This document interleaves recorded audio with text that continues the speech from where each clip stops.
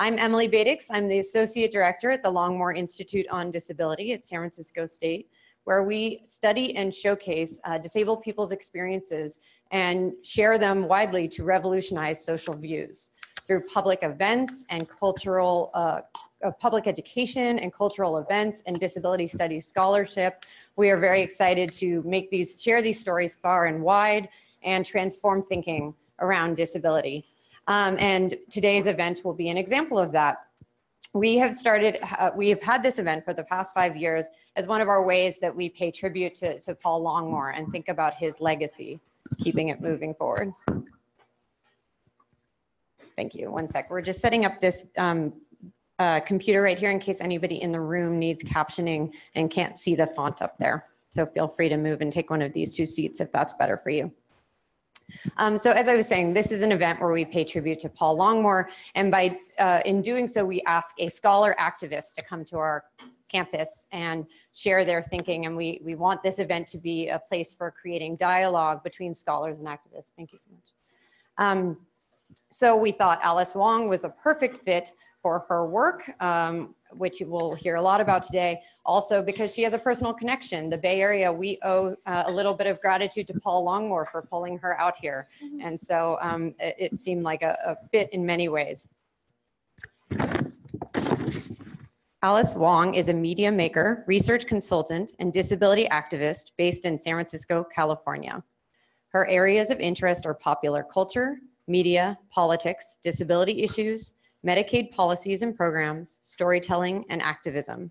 She's the founder of the Disability Visibility Project, a community partnership with StoryCorps and an online community dedicated to creating, amplifying, and sharing disability media and culture. For more, go to disabilityvisibilityproject.com and follow her on Twitter at disvisibility, DISVISIBILITY. And you can also be tweeting during this, or you can hashtag Longmore Lecture if you're tuning in from afar but want to be part of the conversation. Alice has done so much important work capturing stories that would otherwise be often unheard, both within the disability community and then also additional marginalized communities inside the disability community. But we felt like sometimes she's always doing the interviewing. And so we were really excited to invite her today and kind of put her in the hot seat. It's going to get really hot, Alice. No, just kidding. It's very, very supportive. And hear more about her thinking behind all of the work that she's been doing, which has been just hugely important to Kathy and myself and the work that the Longmore Institute does. We've learned so much from her, and I'm sure we'll be learning more today. Alice will be joined by Catherine Kudlick, Director of the Longmore Institute and Professor of History at San Francisco State, and she'll be doing the interviewing.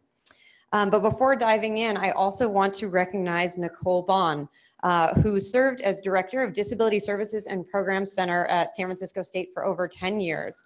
And when Nicole decided to leave and move on to another very important position as Director of the Mayor's Office on Disability for the City of San Francisco, a position she is now holding and doing a very exciting work at, our Advisory Council member, Eugene Chalberg, offered to organize a campaign in honor of Nicole and ask people to donate to this event in her name. And so thank you, Nicole.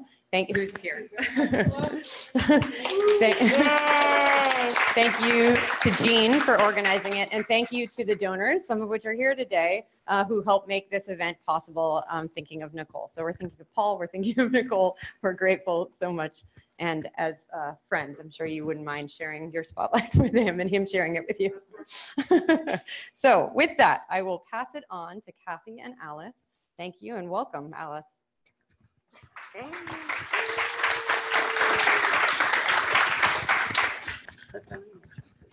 Okay. All right, clipping on, facing up. Let's see. Thanks, Emily, and thanks, Alice, and thanks everybody for coming. It's super great that you're here. And I really want to be, I'm so honored to be in the position of interviewing the interviewer. That's really one of the most interesting, and it's daunting and exciting. I'm not ready.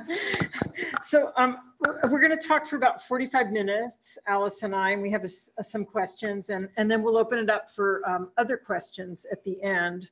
And we're going to be sharing some audio clips as well. But what I really want to start with, because Emily planted the seed, could you tell about how you met Paul Longmore and how he got you out here?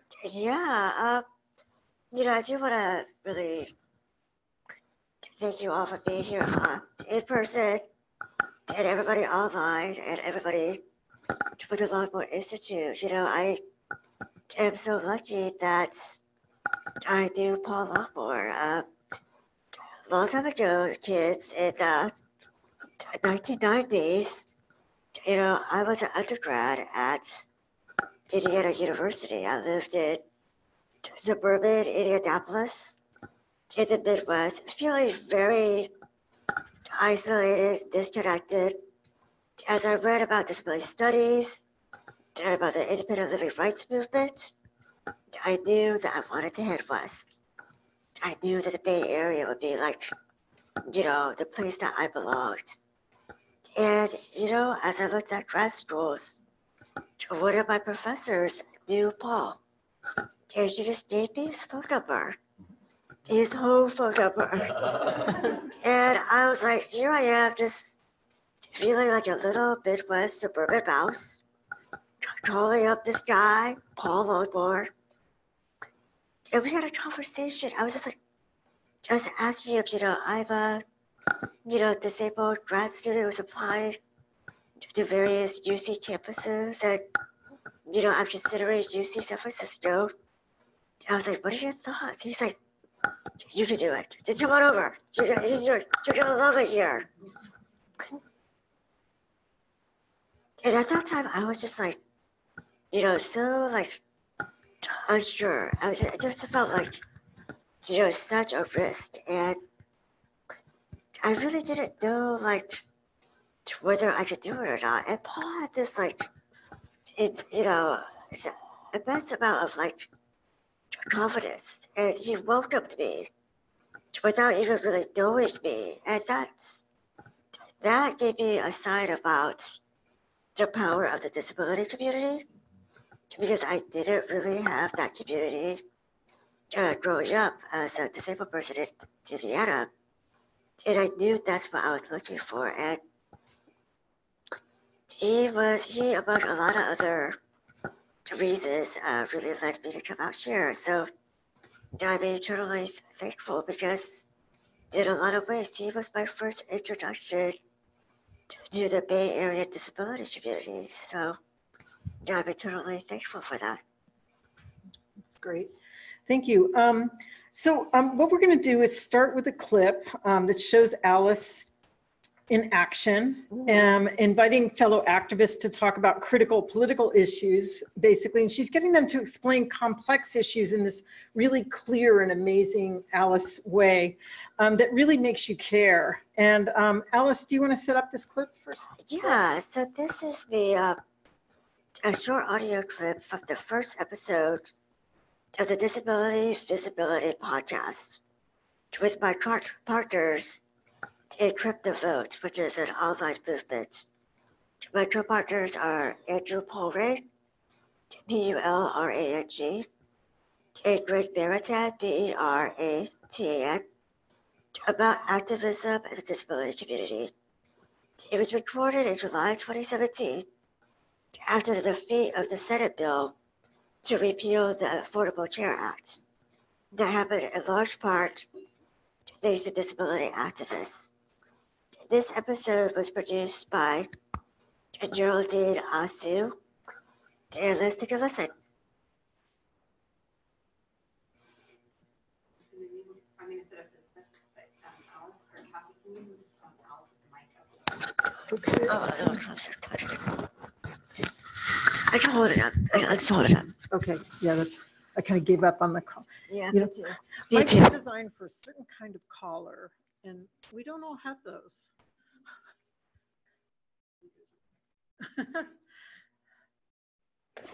And, we are talking today on July 29th, and just 2 days ago, the bill was killed in the Senate. So let's talk about, I guess, how we're feeling about just the roller coaster ride and just what you observed and what you experienced. Can we just start by saying, let's hope it sticks this time? I Yeah. agree. I was going to say, that's one of my reflections is that I think that this is probably going to be something we're going to have to deal with in some way, for at least another couple of years, probably off and on. It feels like we've reached a threshold or a certain turning point, but that doesn't mean it won't come up again. I think the danger will at least last until, people start running for midterms. I can't see them trying to pull this during an election unless it's somehow a stunt to play off the Democrats, but I don't know. And also, we also have to keep in mind that, legislation isn't the only way to dismantle Medicaid or other safety net programs. There's a lot of decisions that can happen, from CMS and other departments. So we all gotta be vigilant on that. And I definitely think that, what we've seen in terms of people sharing their Medicaid stories, that it'll still really be needed throughout the entire, 4 years, hopefully just 4 years. But yeah, I think that it's been really a great awakening in the sense that it's been finally, the non-disabled people have a little sense of what Medicaid is, what it does, and just how many people it reaches. Yeah, no, I agree. And one of the good things is, and it's just my instinct on it, is 6 months ago, I would not have said that there would be as much support for Medicaid as there is right now. And not just with the disability community, but overall. And I think what you just said is correct, that people have woken up to realize that Medicaid is a thing and that it's a thing that people actually like and appreciate. It's not some sort of crappy, expensive entitlement that nobody really likes. People actually appreciate it.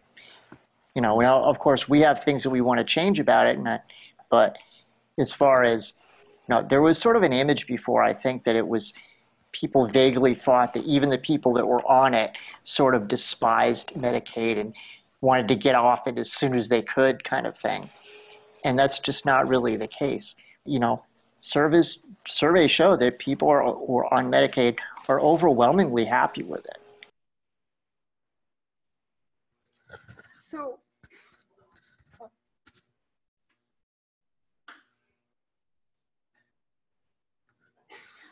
So Alice, everybody has that moment, that first moment when you become an activist. Do you remember yours? Well, I do think that before I answer that, I do think that as a person born with a disability, I've always been an activist whether I wanted to be or not, just for the fact of living and existing in a non-disabled world. I do think that, I've said a few times in the past that I was an accidental activist because as I grew up, I always had this, image, probably incorrect, but, in my mind, activists were like, you were, at the grassroots level, you were, planning marches, you were in demonstrations, and, there seems to be a very narrow idea of what activists are. So I was always very kind of, timid or, intimidated calling myself an activist with a capital A. And I think the first time I really got into activism was when I came out here for grad school at UC San Francisco, and I got involved with a campus organization founded by disabled students, and it was called the Disabilities Interest Group. And it was a coalition of faculty, staff, and students at UCSF. And it was really just the first time ever that they formed this in the late 90s. And to be part of that group was, a real awakening for me, because we realized at that time there were a lot of issues. And people were going around, making their reading solutions for themselves. And we weren't really looking at things from a systemic level. So one thing that was really great that came out of that was that after several years of having conversations with administration and dialogue, we were able to have the chancellor to establish, a university level advisory group on disability issues. And they are now, tasked with, looking at the policies and procedures at UCSF. And that to me shows the power of coalition building, but also to making these, inroads, and to be really strategic, and to be really patient as well, because a lot of these changes don't happen immediately. That's great. So what about the activism with the Disability Visibility Project? Because that's another kind of activism. It's not the protests on the streets and whatever, but talk about that and your decision to do that work and come up with the idea. Yeah, I think the DVB kind of started because I was really frustrated by the lack of disability representation, not only in history, but also in media and pop culture. I started it in 2014 because, at that time, the disability community was really gearing up for the 25th anniversary of the Americans with Disabilities Act in 2015. And I thought, where are our histories? Why aren't our stories really in the mainstream? And I thought, I'm just an individual. I'm not affiliated with any nonprofits. At that time, I was just, a staff researcher and just, part of the community, but just didn't know what I could do to contribute. So I kind of always been a fan of StoryCorps, which is the national oral history nonprofit. And at that time, they had a location in San Francisco. And I went to an event and they talked about community partnerships that they have with Bay Area organizations. So I thought, I went right up to them afterwards and I said, hey, do you have a partnership with the Bay Area disability community? They're like, no, we don't. I'm like, did you know how rich and amazing and how powerful our community is? So they didn't have one yet. And I thought, this could be my thing. This could be my way of utilizing StoryCorps because they already have an infrastructure. Anybody can go in and tell their story. It's free. And you have the option of having it archived at the Library of Congress. And that to me was the hook. It's giving all of us a way to tell our own stories in our own words, not waiting around for a historian to find out significance. And the idea of capturing the zeitgeist and leaving this for future generations is just really exciting to me. And I had very kind of modest goals. I thought this would just be a one-year project. I would just hit up my friends. I would interview people that I thought were fabulous that nobody knows about. Everybody knows about Paul Longmore, about, Ed Roberts, about Judy Heumann. But we all know that the disability community is much bigger than that. It's much more deep. It's much more diverse and nuanced. And I really wanted to capture these stories because it's not really about the big names. It's about the everyday people. And that to me is a form of activism, is to really amplify our lived experience. And how many of these stories are up now? Well, I just say that it's pretty exciting that since 2014, StoryCorps has recorded over 140 oral histories. And the majority of these stories, these participants have elected to have their stories at the Library of Congress. So anybody could go in there and look them up. And eventually they will all be on my website as well. I have a long queue of work to do, but my plan is to produce short clips of each oral history and have them available on my website as well. It's exciting. It's really great. If you haven't checked it out, you should. So were you surprised by anything in all of this? Yeah, I was really surprised by, the way the community really responded to it. As I said earlier, I thought it would be just a one-year thing. I thought we'll celebrate the 25th anniversary of the ADA, and that'll be that. But no, I think there's this. I think the DVP speaks to the hunger out there for people to hear our stories, to have the way to create our own stories, and also to just to continue having this online community as well. So, as you heard in the intro earlier, at first it started as this oral history campaign, but as I used social media to really reach out to people to participate in telling their stories, I started using Twitter chats. I started doing partnerships with other folks, and our Facebook group is very lively.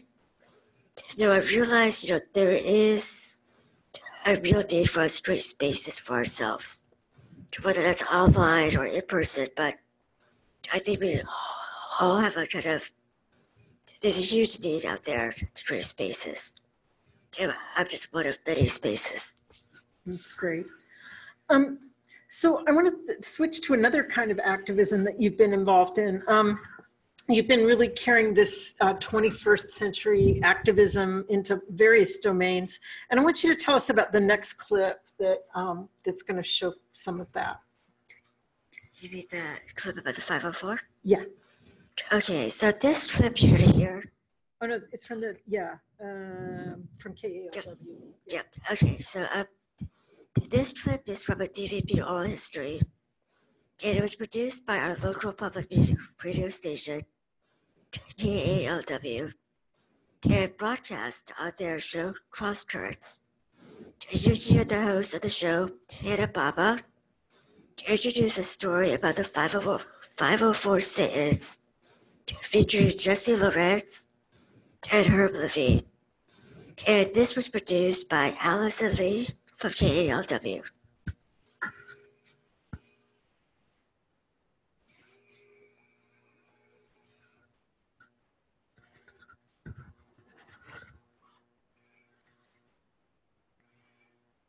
This is Cross Currents. I'm Hannah Baba.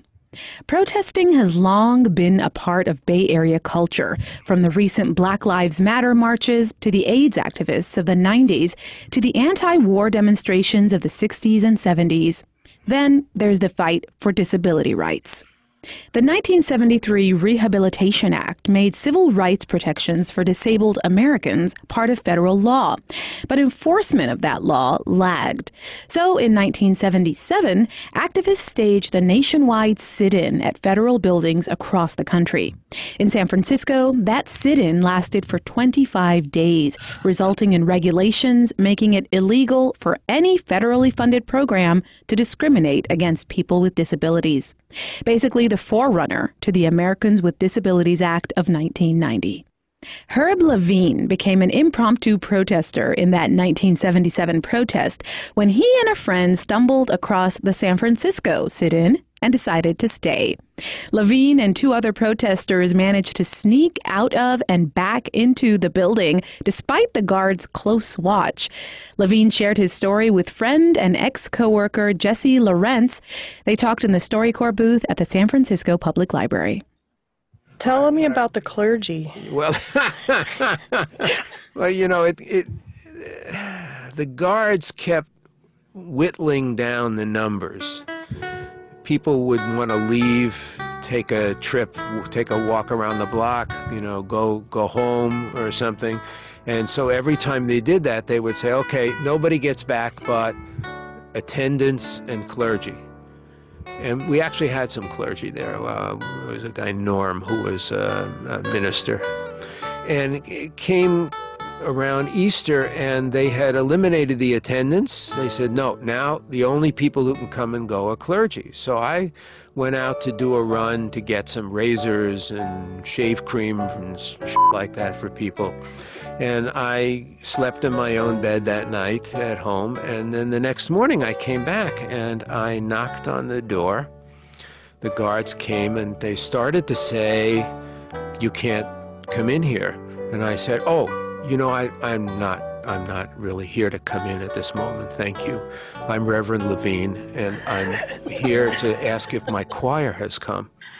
We're here for Easter services for the group. I said, well, I don't know. And I hear him go over to the desk where all the other guards were and say, I don't know, some reverend, I said, they called upstairs, and he said, no, they're not here. Would you like to come in and wait? And I said, no, that's perfectly okay. I'll wait outside for a little while. And I waited outside, and who the hell should come tooling down the block in their wheelchairs but Jim and Jean Ann? I thought, how the hell did they think they were getting back in?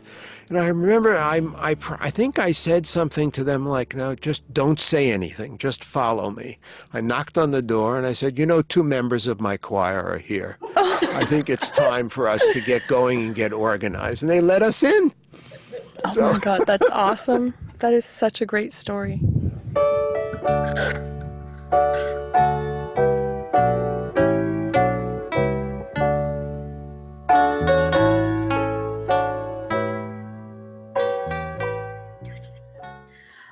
So, okay.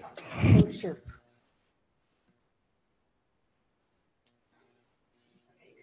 Okay, so this, I love that story. yeah, it's such a great story. And of course it begs the question, are you clergy? No. How would you connect your activism with this activism that's described in that? Because obviously you felt something, even, loving that story and you have a connection with it. So what do you? Well, I do think that, this kind of story is an example of all the people who are never really interviewed or known as, it's like, these are the people, every movement is made up of so many people that are never acknowledged. And I think stories like this really just show all of the kind of humor and the joy and the labor and just the ingenuity of what happens when people come together and people are determined. And that to me is really a beautiful thing. And that to me is like what I love about being part of the disability community, because people don't realize how savvy and how smart and how innovative we are. And we really are truly like the real disruptors, right? Like forget about the tech community. Disabled people are the real hackers of society. And that to me is, I think, a form of activism as well. It's where we carve out, negotiate, and navigate through this world. Yeah, and to navigate with things that are thrown at you and you have no idea where they're coming from or what they are, and suddenly you have to do something new. Yeah, that's absolutely right. So what are your future plans then for the Disability Visibility Project? Well, I have a few things in the works. You're going to have to tune in and check the website. Follow me on Twitter for the latest. I am continuing with my podcast. I post episodes twice a month. I have a new one coming up this Sunday on public transit. So that should be a really exciting one. It's a great podcast. I totally recommend it. Disability Visibility. You can subscribe on iTunes, Stitcher, or Google Play. It's also on our website with text transcripts.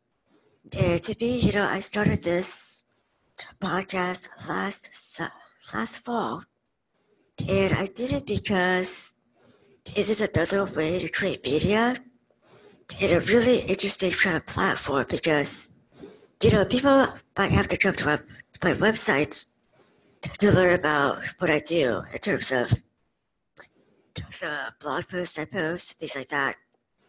But being on iTunes, being on these other kind of platforms and having our stories out there, it is another way to kind of push our stories out there. I love the idea of somebody going to iTunes, typing in the word disability, and then they might come across the podcast. And then you never know who's going to be listening, and you never know who will be downloading it. So that to me is a really exciting medium to work in. And I do realize that is a very honest form of media, but I'm trying to always look at as many different ways to tell stories in as many different formats, realizing that accessibility is really important. Do you get a lot of feedback from your listeners? I was a little worried. I was waiting for a lot of, complaints or criticisms. So far, it's been pretty good. I actually, people have been really positive. People have suggested ideas. I've had people say, I want to be on your podcast. I'm like, well, I like to, I'll think about it, So there's, some people just like get a little bit too forward, I think. And they just said, you should do it on this, and I should be your guest. And I'm like, well, it is my podcast, I think. So there's that. There's a little bit of, push and pull, but it's been pretty well received, I think. So. It's a really great program. So moving on to another form of activisms, one sort of unacknowledged but everyday form of activism is weaving accessibility into what we do in various public projects in the disability community. And I know you mentioned that about it maybe being too based on an oral medium to have a podcast, but you're really concerned with accessibility. And so, and we also, a little Longmore plug here, we do it, accessibility with our yearly Superfest International Disability Film Festival. And even in today's event, you can see accessibility kind of in play with captioning and transcripts and description when necessary. So here's a final clip that you prepared for us today about accessibility. And I want you to tell us a little more about it before we play it, what you'd want people to know about it. Yeah, sure, thanks. So this clip is from episode 18 of the podcast with guest Leah Sates, S-E-T-H, and Dara Baldwin. And this episode came out the same week. A bill called H.R. 620 went up for a vote this past February in the House, which was perfect timing for, this podcast, and a really good example of, in my opinion, media as disability activism. For people who are unfamiliar with H.R. 620, it's a bill called the ADA Education and Reform Act of 2017. This bill will weaken the ADA and place additional hurdles for disabled people who face barriers in public places. It's not law yet, but it's going to the Senate. And, this is where we have to stop it. So in this clip, Leah is talking about the ADA, and just want to mention that this episode was produced by Sarika D. Beta.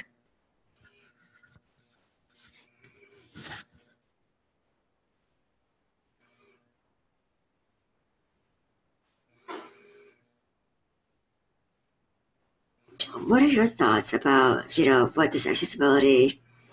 What do you want it to be for people who don't maybe kind of completely listening to this podcast and not really knowing much about accessibility. What do you want to share to folks? Sure. I mean, again, it's beyond compliance. It's beyond enforcement of, ramps, parking spaces, elevators, image descriptions, audio captions. That should all be standard by now, and it's still not, which is a problem. But accessibility is also about human connections. It's about not othering disabled people. It's about not making us jump through hoops to get what we need out of the world. It's, again, asking those questions without being insulting, finding out what we actually need rather than trying to make those decisions for us.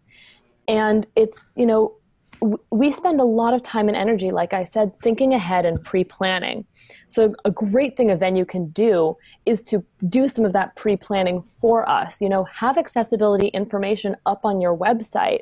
Have an accessibility specialist if you're able to. I went to a concert just a couple of weeks ago where, again, I called the venue and said, I want to ask about accessible seating. And they said, we're going to transfer you to our accessibility person. And they had someone on staff who it was their job to make sure that people with disabilities and people with, certain needs for being in a public space like that were able to still have a great time.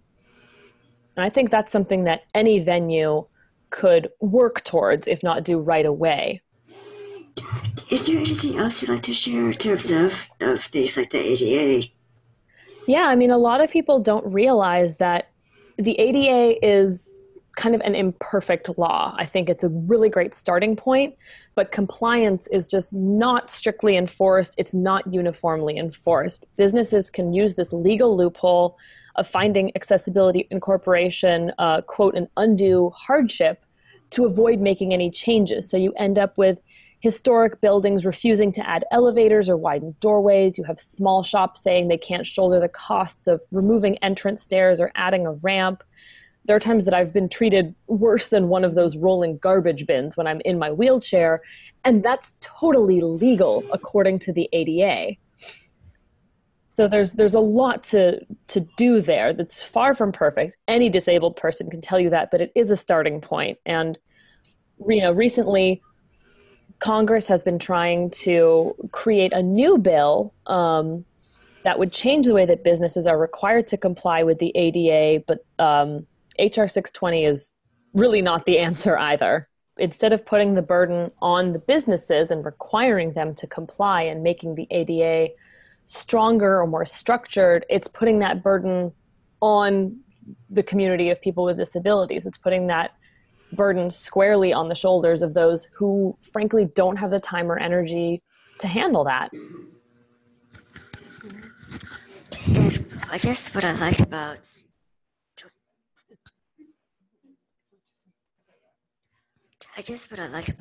that story and all the interviews I've done for the podcast is that, essentially, the personal is political. And I think a lot of us get kind of bogged down or overwhelmed, or feeling like a lot of these abstract issues are far away from us, whether it's happening in Congress or just, far more like higher level, current events or disability issues.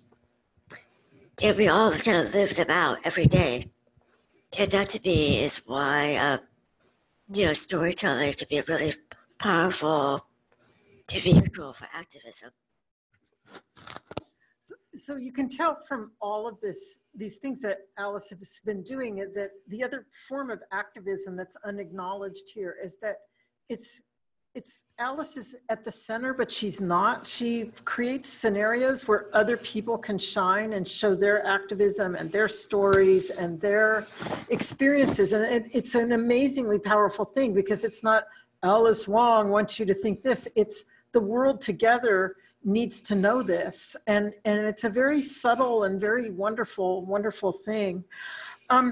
I would like to, before I ask my final question of you, I want to ask one that I think a lot of people in this room might be wondering right now, and that is about the current state of social media, where you're a very active member. Do you have any thoughts as somebody that's using this medium a lot to discuss, kind of the current trend to maybe jettison Facebook and, you know, all the privacy concerns, all of those things. What are you thinking as somebody who's active in social media? What are your, I don't know, thoughts, I guess? Yeah, I mean, I have a lot of conflicting feelings about social media. I use it a lot. I'm a real, lover of social media, but it can be a hot dumpster fire, right? You know, there's trolls, there's harassment. It's not necessarily, this paradise, but I do think, despite all the limitations, despite the potential negative aspects of social media, I do know for myself, and it's been a whole new universe and a new way to connect with people, especially to people with disabilities around the world. And I just think about, like, gosh, what would it have been like if I was a teenager and social media was available, because I wouldn't have felt as alone. And I feel that I am so, amazed at the kind of things I've been learning from others just from my Twitter feed. And, whether you use Twitter or Facebook or Tumblr or whatever, I think it's a powerful tool. And I think it's a powerful tool because, in a lot of ways, it's our platform. You're in control of whatever you want to say. You are free to say whatever you want. It's in a very transparent mood. And I think that's really great because it's giving us a stage that's, our own kind of narrative to push back against others. But I do think that there are huge privacy and accessibility issues, and I'm excited to think about the next evolution in terms of who's going to be the next kind of platform that's really going to do it better. So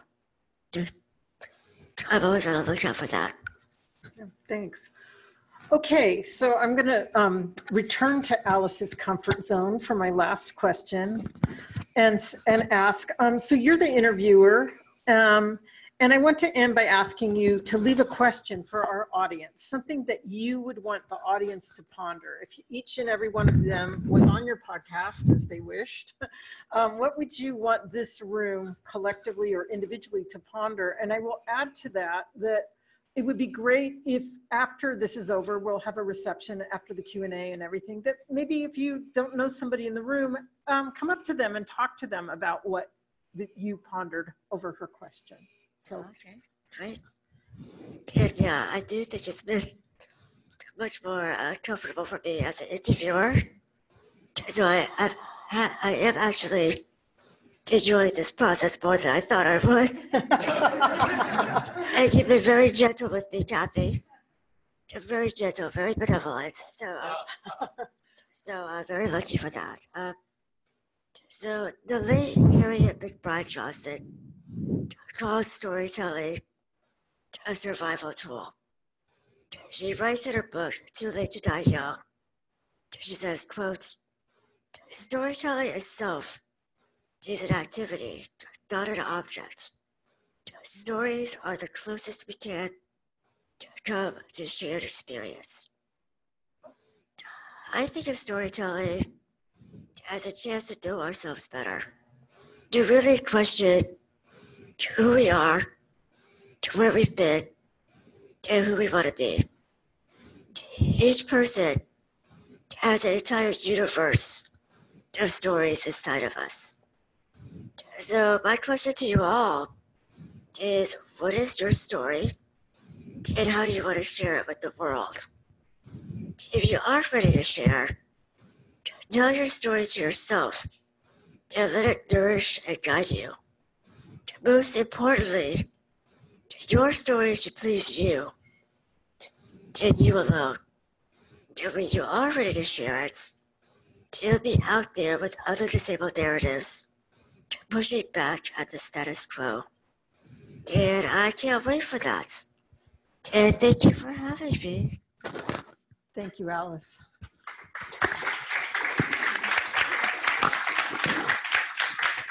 So we'll open it up to Q&A, and Emily will go around with the microphone and wait for the microphone before you ask. And yeah. And to those joining via live stream, you can hashtag Longmore Lecture, and we'll try to get one of those questions in.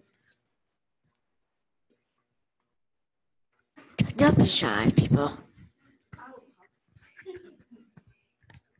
Hi again, I'm Nicole Bond. I'm now from the Mayor's Office on Disability. Thank you, Alice, very much for your comments. I have one comment, and then I have a question for you, Alice. My comment is, as of Thursday, I believe, HR 620 has had a gaggle. I don't know how many number of gaggle of senators actually is, but there's a fair number of senators, including our senators from California, who have agreed to oppose HR 620, so that is good news. And a lot of that is due to individuals writing to senators and expressing their thoughts and opinions on the topic. So please continue to do that. We still need more help. So that's my little mini speech. My question is, in thinking about in all of the different ways that you're reaching the disability community right now, what would you say, where do we still need to go where we're not going yet? And who aren't we reaching within our community that you wish we were? I think there's a lot of people in our community that don't identify as disabled, who are truly part of our community. And I think we all have a lot of work for those of us who are proud and, to have a disability identity, to really think about how are we leaving people out, whether we, intended or not. And I think there's a lot of folks who have chronic illnesses, who have invisible disabilities, who have, developmental and mental health disabilities that we really aren't reaching out to, just because they use different terminology, or they may have absolutely, different ideas, different perspectives on what we think of as disability rights. So I think we all have a lot to work on in terms of being more open-minded about when people say things and do things that aren't exactly like the way we're used to in terms of disability rights or what we think of as disability rights, because, that's really just a small percentage of people in the disability community. It's really just, there are so many people who are not politicized at all, who are just still in their own process, right, of becoming comfortable with their own skin. There's a lot of internalized ableism. I think I've been through that. We've all been, a lot of us are all in stages of that. So I think in order to be more kind of compassionate, they're willing to kind of really give people the benefit of the doubt. Everybody's going to make mistakes. I think that's one of the problems of any form of activism. This kind of sense of a dogma, like there's a right way, there's a wrong way to be a quote-unquote good activist. And so many of us are beginners. We're going to make mistakes. We're going to learn. We're definitely not a monolith. And I think when we start behaving like that, it can be really problematic.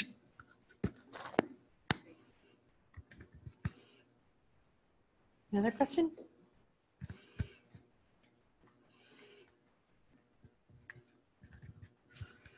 I want to thank you so much for all those who have helped fund this, and also for everyone that's here, including you, Alice, and for speaking so wonderfully about just awareness we need to have. And I totally agree. And I also want to follow up asking with your last question for us, and wondering what advice would you give for someone being able to get more in touch with their story, and kind of touching off how you answered Nicole about becoming more comfortable in your own skin in terms of going through your process of identity.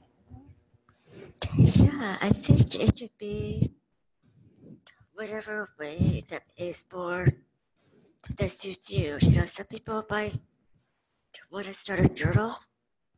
You know, some people might want to just think on their own. I think a lot of times I get lost in my own thoughts. You know, I think a lot about, you know, I ask myself questions. I think about, like, if I did have to tell a story, I think the usefulness of telling a story is that it kind of forces you to have this, like, you know, beginning, middle, and end. And not to say it's a narrative that you have to follow this arc, but it is an interesting structure. Like, if you had to tell a story to somebody about yourself, how do you frame yourself? How do you describe yourself? How do you get to the essence of a message? And that, you know, that takes time. I think about a year or two ago, I was able to publish an essay, did an opinion piece in the New York Times about Medicaid, and it's called My Medicaid, My Life. And it was 1,000 words, and yet, you know, I had a lot of ideas, but I really had to hone it down. I did a lot of drafts. I just did a lot of, like, internal work for myself. But I was really kind of pleased with it because it ended up to be something that I could share with others. To say, this is a little bit of what my lived experience is, and it has a very particular message. And I think that's really something that takes time. That I think whether you want to have, like, self-reflections with maybe a friend, conversations with people to really kind of flesh things out, or your own kind of internal work, whatever, you know, works for you. Some people it might be audio-based. Some people really like to write. So whatever you're comfortable with, I think that would be the first start. And I think in the word of the poet Laura Hershey, you gotta practice to be proud. You get proud by practicing. And I think that really applies to storytelling. You just keep, you know, working on, I think we're all works in progress, right? We're all a rough draft. We're not perfect yet, but we're getting there. And we can just keep editing along the way. So let's do one last question from our live stream audience. This is from @Jessie Roth, JESSIEROTH.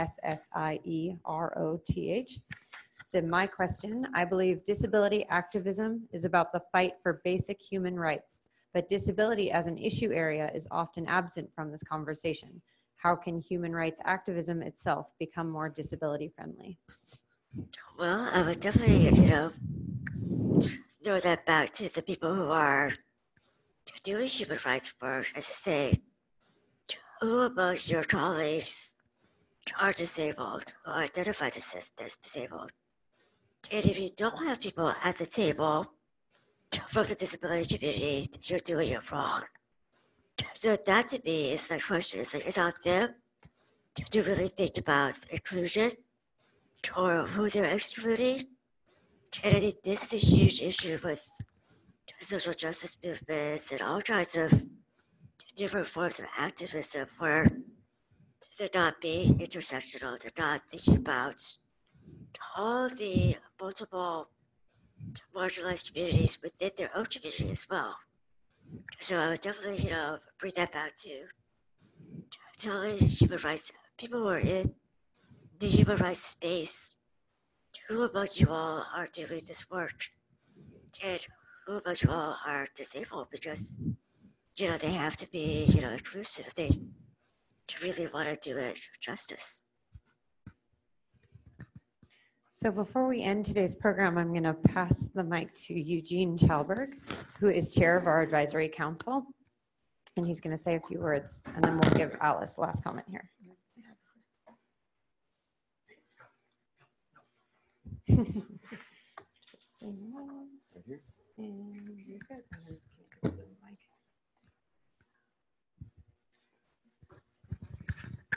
Thank you, Emily.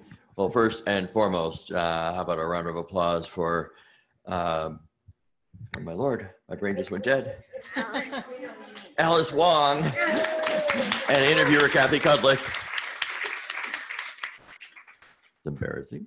So as Emily said, my name is Gene Schellberg, and when I'm not working here at San Francisco State, I am the chair of the advisory council for the Paul K. Longmore Institute on Disability. I know that my colleague and vice chair of the council, Ann Finger, is here in the front. Trevor Getz, you're here? Yep. Trevor's also a member. Any other members of the council here? All right. So we're really excited. The Longmore Institute has recently just adopted a strategic plan, and the advisory council has changed in sort of its scope and size and work so that we can better support and grow the work of the Institute.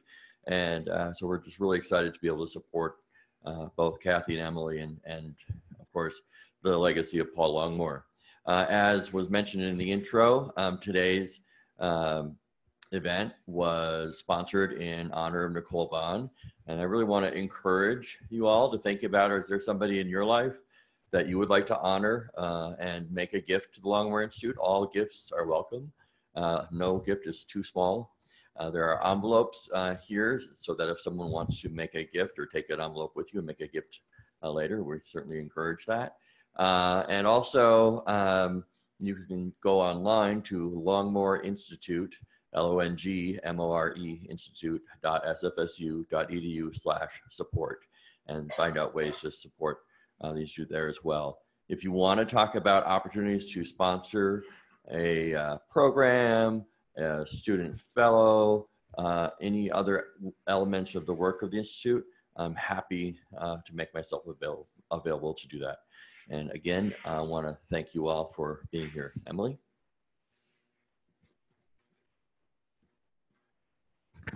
So Alice, if you have one final word for us, you can do it.